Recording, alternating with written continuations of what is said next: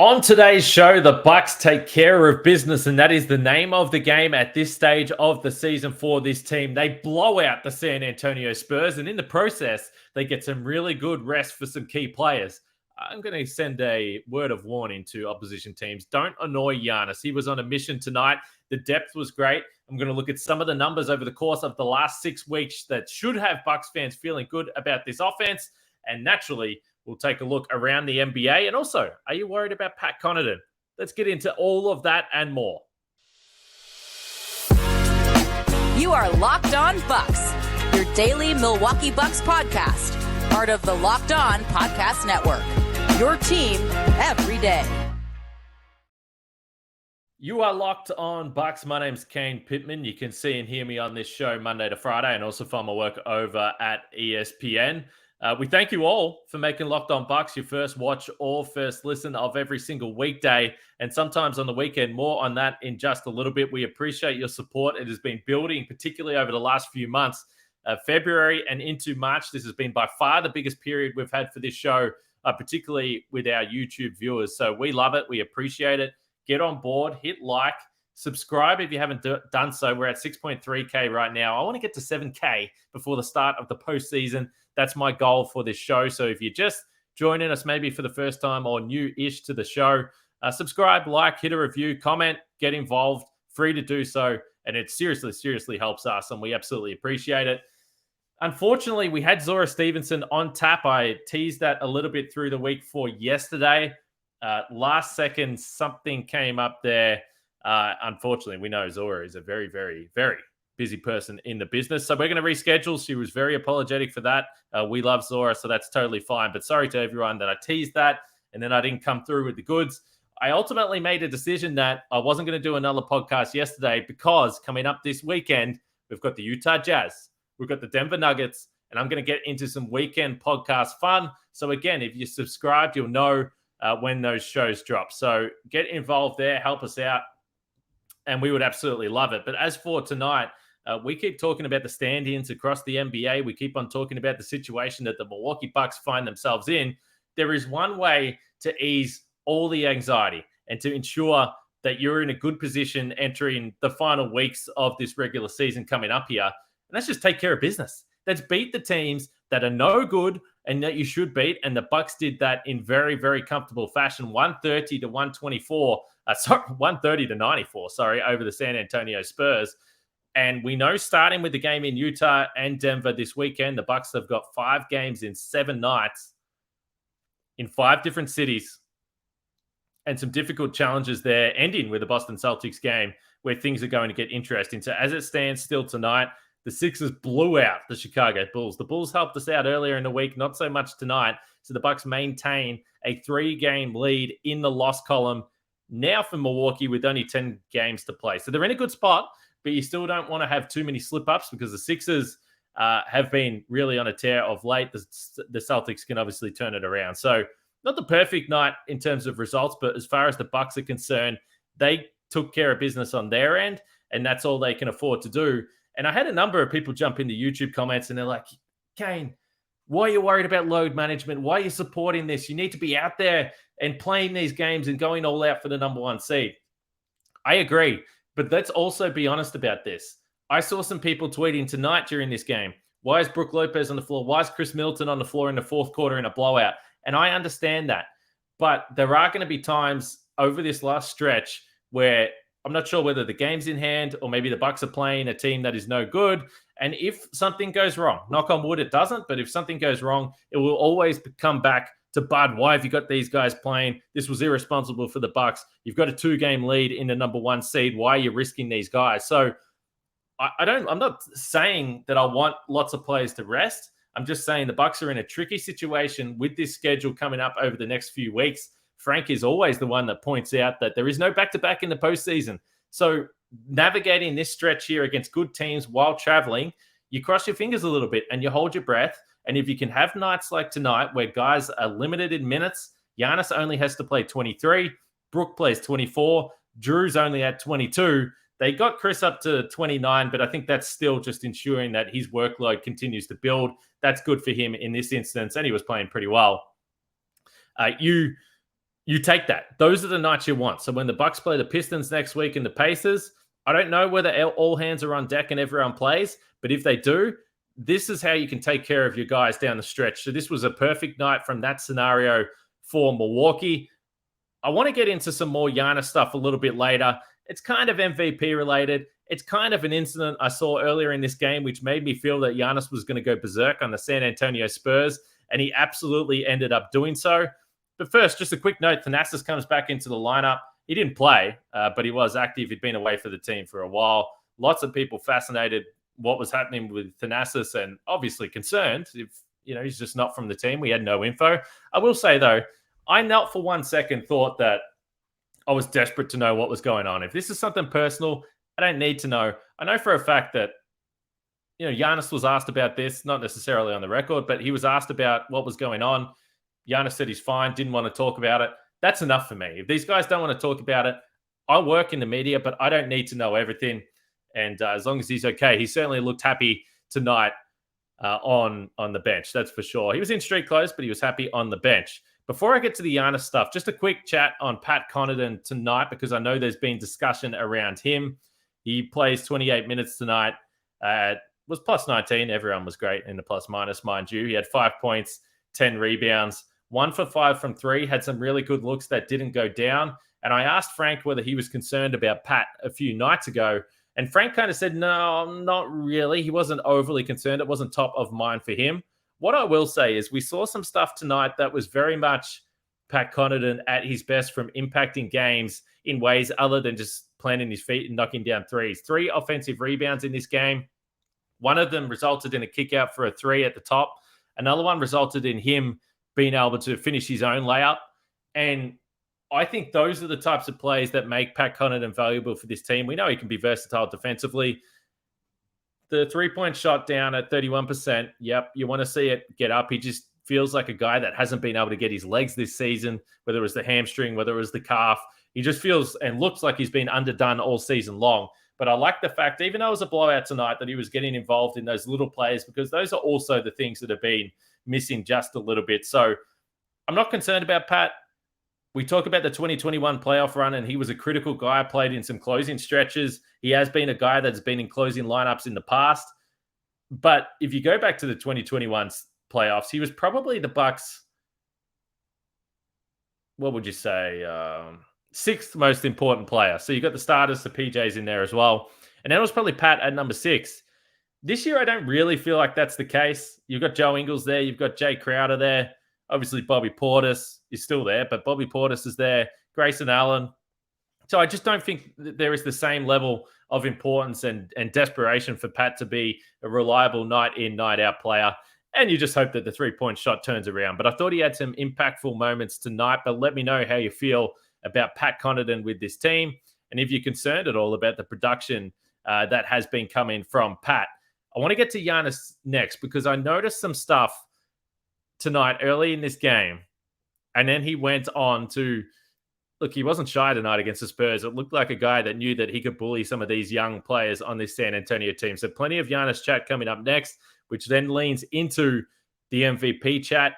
And then I've got some numbers for the Bucks overall in this run, this hot stretch that they've been on, 24 wins in 27 games, and why the offense is significantly better since Khris Middleton returned to the lineup. But first, we're going to talk about a pretty cool promo we've got going, and a sponsor and a friend of the podcast. That's Ultimate Pro Basketball GM. It's the sponsor of today's show, in fact. And if you've ever dreamed of becoming an NBA GM and managing your basketball franchise, well, your dream can come true.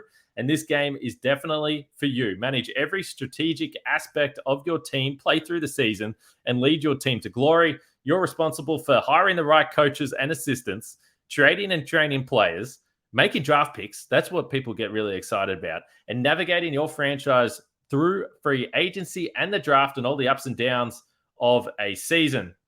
So you can be in charge of the Bucks. Any of these moves that you want to make, anything you've heard me say over the years that you think you're an idiot, Kane, this is what the Bucks should be doing. By the way, a huge offseason for the Bucks, so you can get involved. Locked On Bucks listeners get a 100% free boost to their franchise when using the promo code Locked On in the game store, so make sure to check it out. To download the game, just visit probasketballgm.com. Scan the code on the screen right now on YouTube or look it up on app stores. That's probasketballgm.com. Ultimate Basketball GM. Start your dynasty today. All right, let's get to Giannis tonight. And as we already mentioned earlier in the show, he was able to make pretty light work of the Spurs tonight, which we love to see. Not required at all in the fourth quarter. It's been a while since the Bucks have been in a position to do that. I had some listeners jumping in YouTube and frustrated that the Bucks weren't handling these teams at home, despite the fact they have been a dominant force on their home floor this season. Best home record in the NBA. But tonight was nice. 23 minutes total. 23 shots in 23 minutes for Giannis, by the way. Finished with 31 points, 14 rebounds, a couple of assists, and a big block late in the third quarter there as well for Giannis. So a monstrous night. Early in this game, the Spurs scored. I believe it made the score 7-5, maybe 7-6.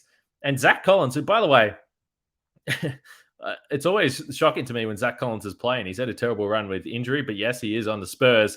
And he kind of just shoved Giannis in the back. And it was as if he was going to box out. And then he kind of shoved Giannis in the back. Giannis wasn't expecting it. And Giannis kind of turned around a little bit. Just took note of what went down. Not the first time he's been shoved in the back in the last week, mind you. On the very next offensive play, so we're talking about 6 seconds later, Drew Holiday runs a pick and roll, slides a little pocket bounce pass to Giannis.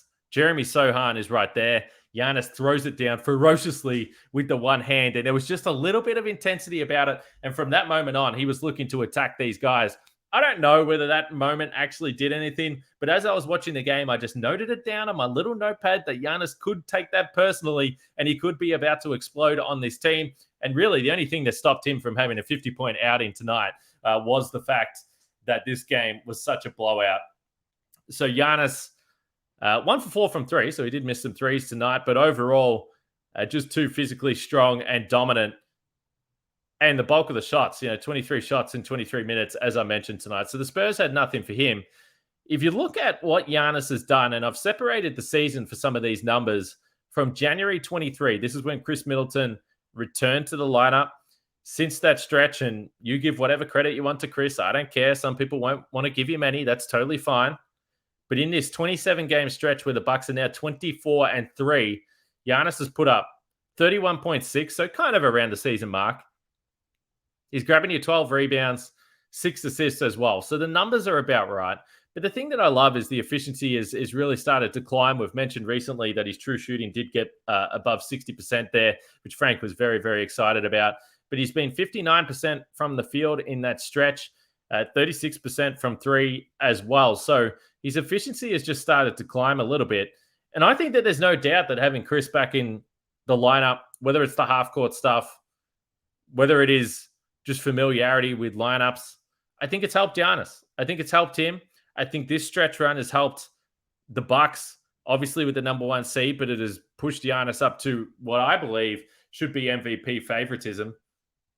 And, you can accuse me of having a little bit of bias, but I think he's right there now. The Bucks are on pace for a 60-win season. They're on pace to have the best record in the NBA. And I think when you factor in the fact that Khris did miss so much time with this team, if you could erase your memory and not remember anything about previous years and who had won MVPs, and I think you looked at the adversity the Bucks have had to go through on this team, then I think Giannis has the best case to be the MVP this season.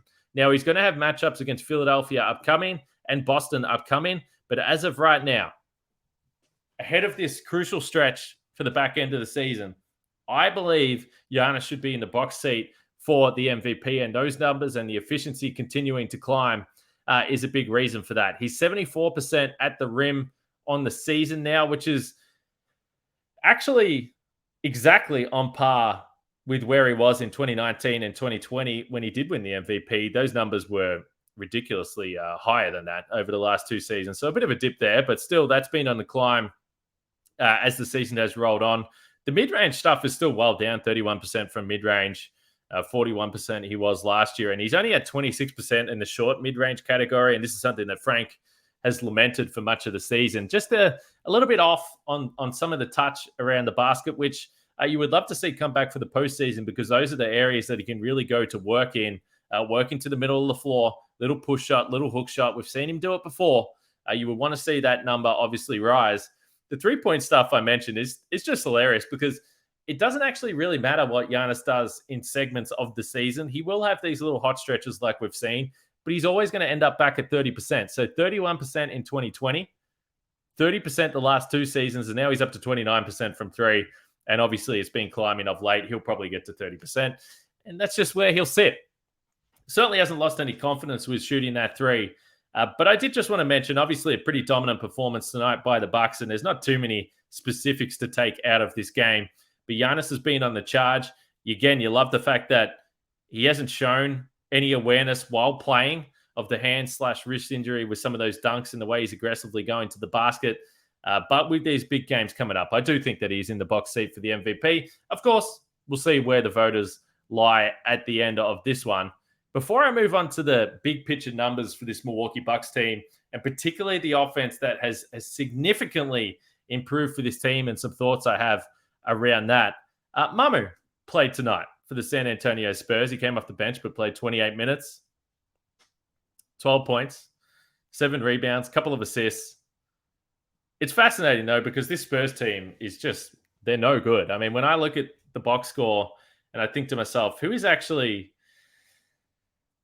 like who are the players on this team that in the future are going to be a big part of any type of San Antonio competitive team? Jeremy Sohan is obviously pretty interesting. Devin Vassell has shown some stuff. Keldon Johnson is a nice player. He obviously didn't play tonight, but he's fine. Trey Jones has shown some stuff, but they just don't really have any young stars. I think about some of the young teams that have tanked in the past. Oklahoma City, but they had Gilgeous-Alexander, they had Giddey, they've got a couple of young stars that have been injured. So it's just a different feel. So the Spurs might get the number 1 pick, but I have no idea where their direction is in terms of how bad they're going to be for a period of time. But Mamu at least looks like he's going to get big minutes down the stretch of this game. And, you know, he's loved. You can tell he's loved by the Bucks. It was unfortunate he didn't get more of an opportunity here. He's an interesting player. I don't know how it projects long-term, but you saw all the players getting to him pre-game, giving him a big hug, enthusiastic conversations with Mamu. So he's always going to be a guy that I'll be hoping can have a long and prosperous career in the NBA. At least for now, he is getting some action with this team, which is cool to see for him. All right, some numbers on this hot stretch coming right up after I talk about FanDuel, because the NCAA tournaments are heating up, and now is the perfect time to download FanDuel, America's #1 sportsbook, because new customers get a no-sweat first bet up to $1,000. That's bonus bets back if your first bet doesn't win. Just download the FanDuel Sportsbook app. It's safe, secure, and super easy to use. Then you can bet on everything from the money line to point scorers and threes drained. Now, I've mentioned the NBA playoffs a little bit on this podcast. The Bucks are officially the outright favorites for the NBA championship at FanDuel, plus 260.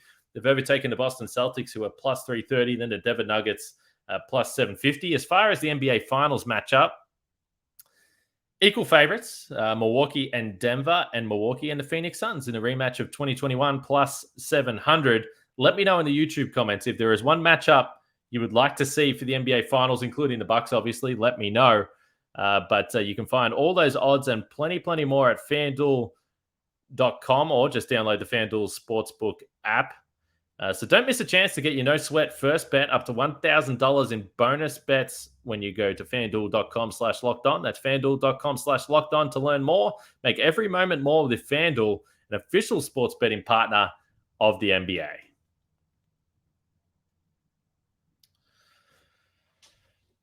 All right, so some other quick notes from this game tonight. I mentioned Khris Middleton. He put up pretty nice numbers in this game. He did play the 29 minutes, 19 points, 10 assists, and he had 6 turnovers, and some of them were pretty poor. I felt like the Bucks for most of this game, or most of the first half, were going through the motions. They kind of kicked it into gear in the last minute and a half, where they buried a bunch of threes and opened up a double-digit lead there. So the turnover is obviously something you look at for Khris. I thought he was blown by a couple of times on the perimeter defensively, which I'm sure people will point out.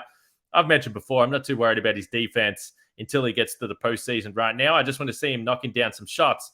It is fascinating that he's gone 5 for 8 from 3 4 games ago. Then he went 0 for 5 in the loss to the Pacers. Then he went 5 for 8 the other night in the win. Tonight he went 1 for 6. And he knocked down his first one, I believe. So he just still hasn't been able to get that consistency from a 3-point percentage perspective. I still kind of feel like when he pulls up for those shots, they're going down, though. And if you take away the 3-point stuff, he was 7 for 9 from 2-point range tonight, and then you add in the 10 assists. So Khris Middleton continues to build. Again, this just isn't a game that you can take a lot from, but I thought, I continue to think that he is in some good shape. As far as other 3-point shooters, which we always focus on with this Bucks team, Joe Ingles 4 for 6. You love to see that. He's been hot for a while now. And Bobby Portis 3 for 6. Anytime he's knocking down those threes, you feel good about that.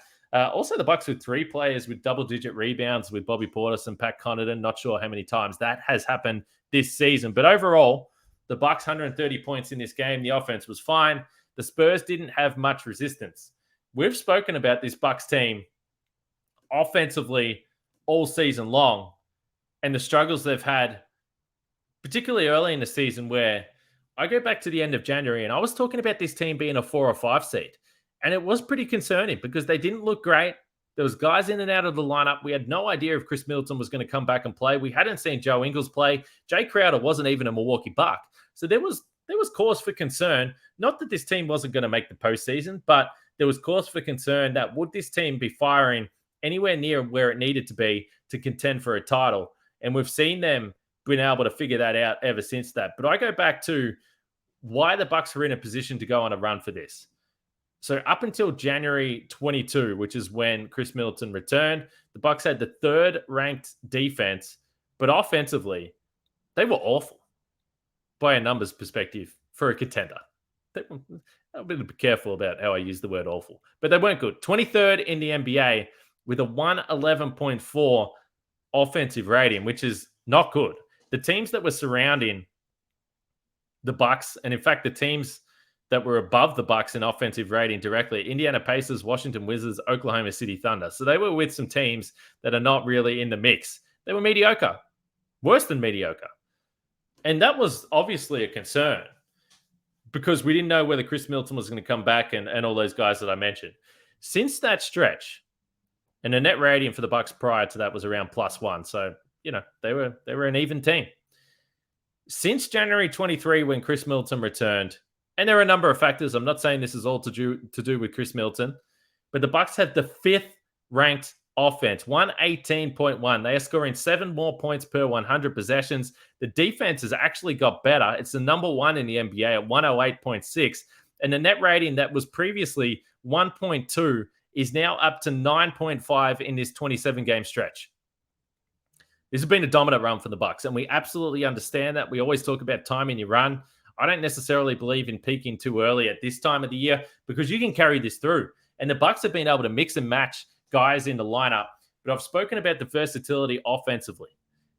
And I just look at the way the Bucks are able to score in a variety of ways, whether it's Giannis being his dominant self, whether it's Khris Middleton now with the self-creation, working to the post, getting to that free throw line area for the fadeaway that he can get over anyone. Whether it's Khris as a ball handler and having 10 assists tonight and operating in the pick and roll and throwing lobs to Giannis left, right, and center. Drew Holiday taking over games, and he's been clutch. Brook Lopez working with Joe Ingles in backup reserve lineups. This is what we thought the Bucks could be at the start of the season. There are a number of reasons why they weren't able to execute to the level that we thought that they could.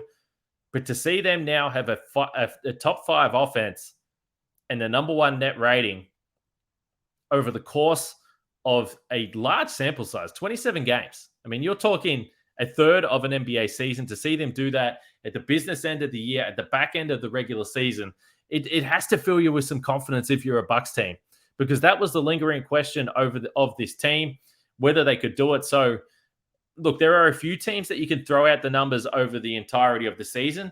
We knew that the Bucks defense was elite.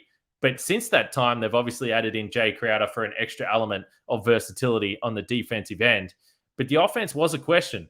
We'll still ask about the 3-point percentage and where that is going to lie and who's going to be the guys that step up and knock down threes for this Bucks team. But as far as being able to function in the half court and still have that elite defense and rim protection to generate the transition stuff, the Bucks are in a really, really good spot. And you will read some stuff probably leading into the postseason where people will point to the overall season numbers for the Bucks and say, geez, the offense is middle of the pack. That has not been the case when they've got healthy. They are back to around where they've been in previous seasons, which is excellent to see for this Bucks team. So just wanted to point out the numbers because if you aren't aware of those, it is really, really nice stuff to see. Make sure you check out the Locked On Game to Game podcast on your Locked On NBA feed. Get the news, stats, info, analysis from across the NBA on your Locked On NBA feed. That's a Locked On Game to Game podcast. All right. Big weekend coming up for the Milwaukee Bucks, Utah, Denver. And as we mentioned, there's 5 games in 7 nights. So there's going to be so many podcasts to come. One more podcast tomorrow. We'll look ahead to this weekend stuff that the Bucks have got coming up. So stay tuned for that. As I mentioned at the top, 6.3K subs for YouTube. We're trying to get it to 7K by the start of the postseason. So subscribe, like, drop a comment, review, and we would really appreciate it. It's free to do so. Thanks for watching. Appreciate all you guys. Let me know what you thought about the show, and I'll be chatting with all of you in the comments section. We'll catch you all tomorrow.